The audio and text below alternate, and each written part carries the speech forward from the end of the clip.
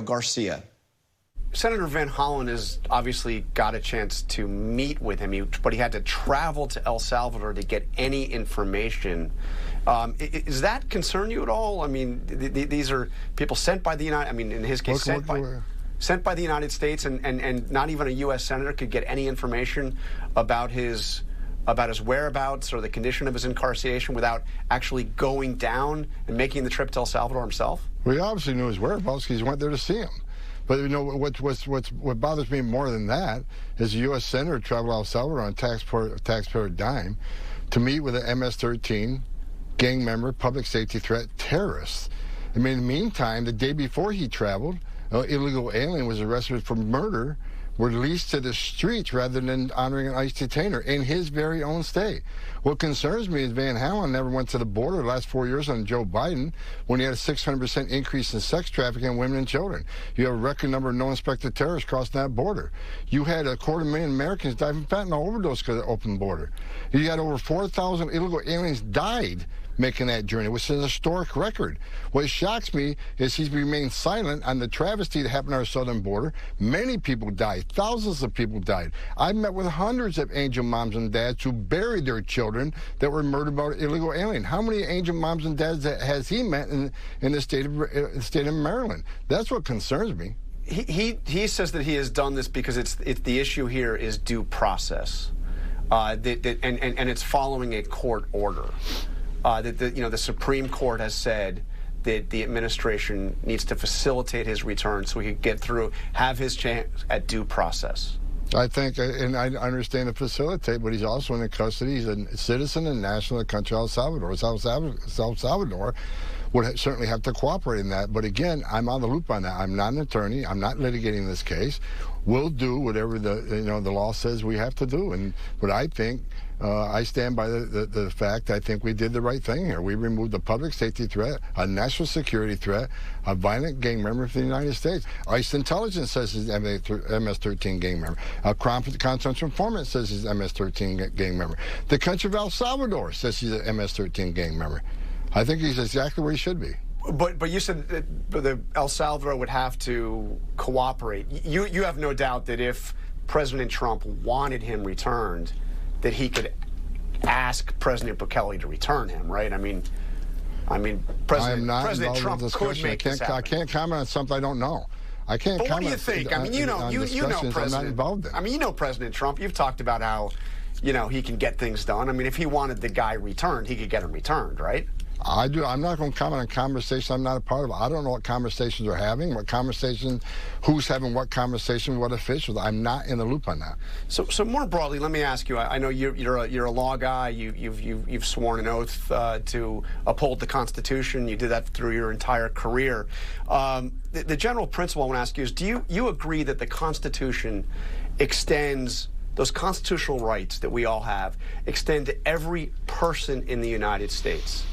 Every person, no matter what crime they're accused of or no matter their legal status. And we have followed the Constitution. We have followed the law. I am confident that everything we've done is follow the law and is within the constitutional constructs. Absolutely.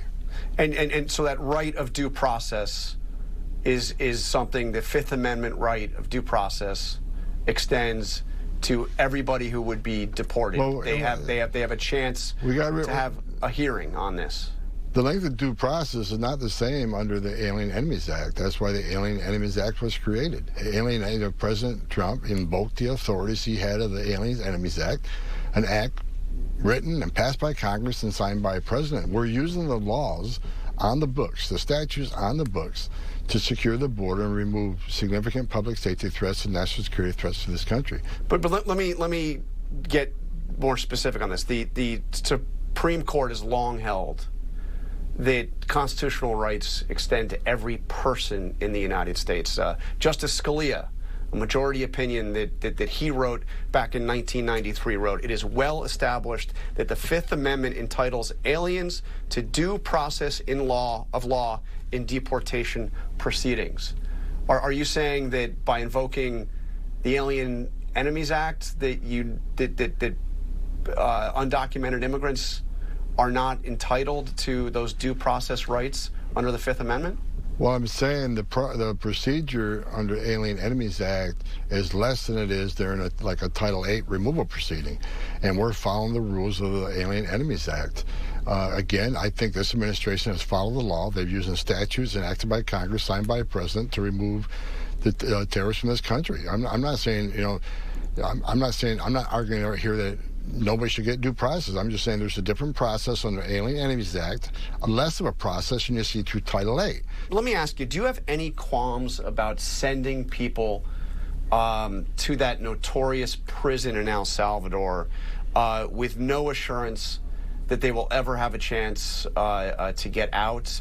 People that have no record, have not been convicted of any violent crimes.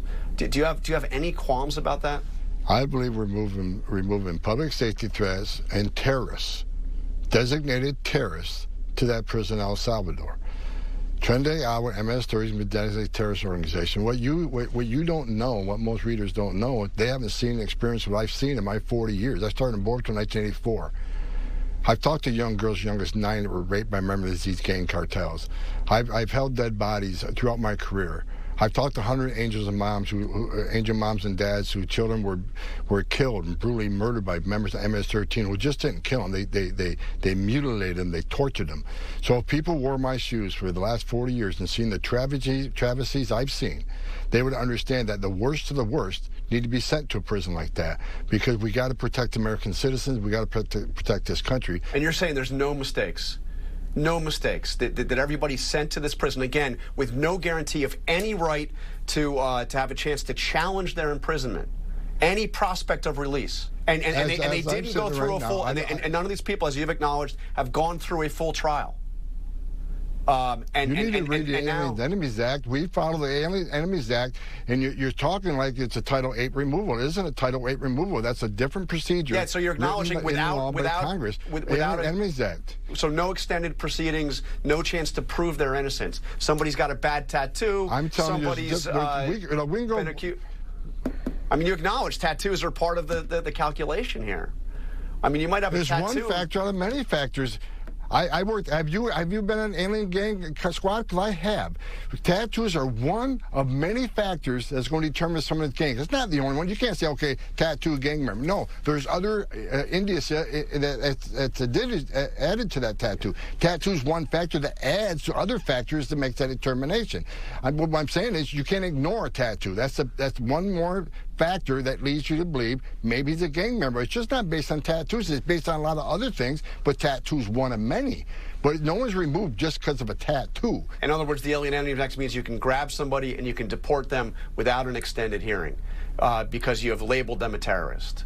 Because you've said you've determined that somebody is a member of the gang, and therefore they don't have to go through the extended process of the opportunity to have a full hearing. That's what you're saying.